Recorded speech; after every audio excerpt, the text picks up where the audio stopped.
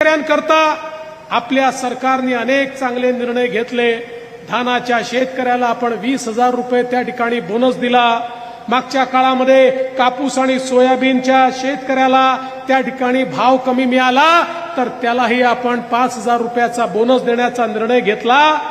मला सांगताना आनंद वाटतोय, पुढच्याच आठवड्यात 21 तारखेपासून शेतकऱ्यांच्या खात्यामध्ये पैसे जमा करणं आम्ही सुरू करणार आहोत। कापूस आणि सोयाबीनचे पैसे हे शेतकऱ्यांच्या खात्यामध्ये त्या ठिकाणी जाणार आहेत। मला अनेक शेतकऱ्यांनी सांगितलं की आम्हाला एक अडचण वाटते, जी तुम्ही ई पीक पाहणी केली ते ई पीक पाहणीमध्ये आमचं नाव आलं नाही, आम्हाला हे पैसे मिळतील की नाही। मी सांगितलं काळजी करू नका, ई पीक पाहणीत जर तुमचं नाव आलं नसेल तर 7/12च्या उतार्यावरनं देखील तुम्हाला पैसे देऊ, पण कोणालाही पैशापासून वंचित ठेवणार नाही।